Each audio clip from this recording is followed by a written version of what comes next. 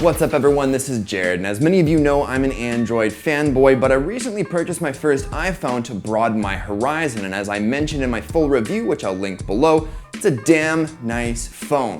But so is the Nexus 6P. Both devices have an all-metal body.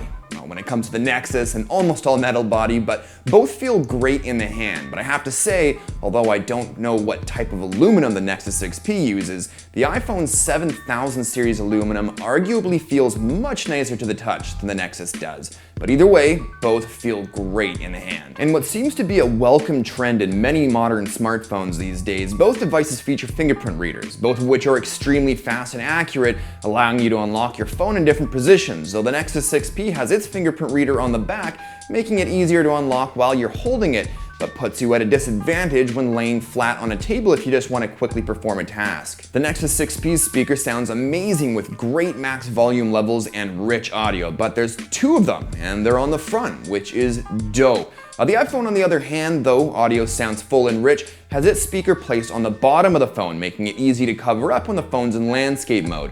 Also, there's only one speaker, and I don't think Apple plans on changing that anytime soon. The displays on both devices are absolutely redonkulous. So the Nexus 6P has a 5.7-inch Quad HD AMOLED display, and if you've been following me for a while now, you know AMOLED displays are my favorite displays because blacks are, well, as black as blacks can get, and colors always look wonderfully saturated, really punching up photos, games, and basically everything, really. The iPhone, on the other hand, has a 5.5-inch 1080p LCD IPS display, but when it comes to LCD displays, it's IPS or go home, and the IPS display on the iPhone is arguably the nicest LCD panel out there.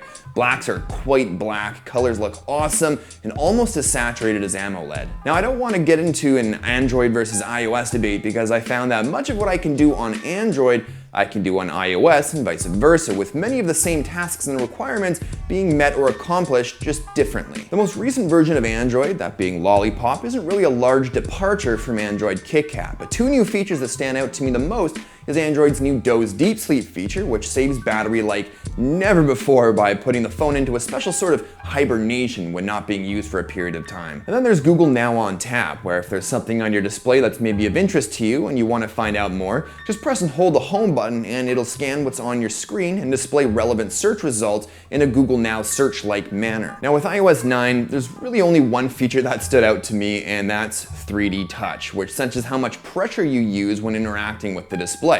This gives us new abilities like peeking and popping on photos or accessing different apps' quick actions on the home screen. It's something I rarely use during my testing and reviewing, but it's still pretty neat. Battery life on both devices has had incredible improvements versus their previous generations. Now, the Nexus 6P has a large 3450 mAh battery, but again, referring to Android Lollipop's new Doze feature, standby time is like almost nothing I've ever seen on an Android device before. And with it, I'm usually able to get through a full day and a half based on my light to average usage habits. That being said, I did get better battery life on the iPhone 6s Plus. Again, based on my light to average usage habits, I usually didn't need to charge it for at least 2 full days, sometimes even 3.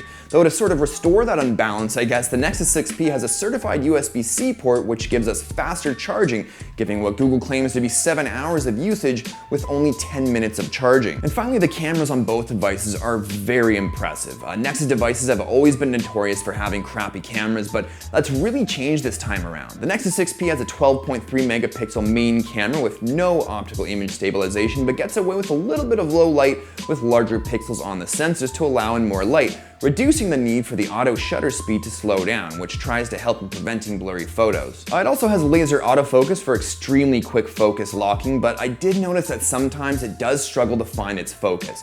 The iPhone 6 Plus also has a 12 megapixel main camera, but with optical image stabilization, and I noticed that while images are a little bit sharper and a little cleaner in some instances with the Nexus 6P, the camera on the 6s Plus does capture more dynamic range. Well, that should about cover it. So Android versus iOS biases aside, which device do you think is the better phone and why? Let me know in the comments, because I know my favorite.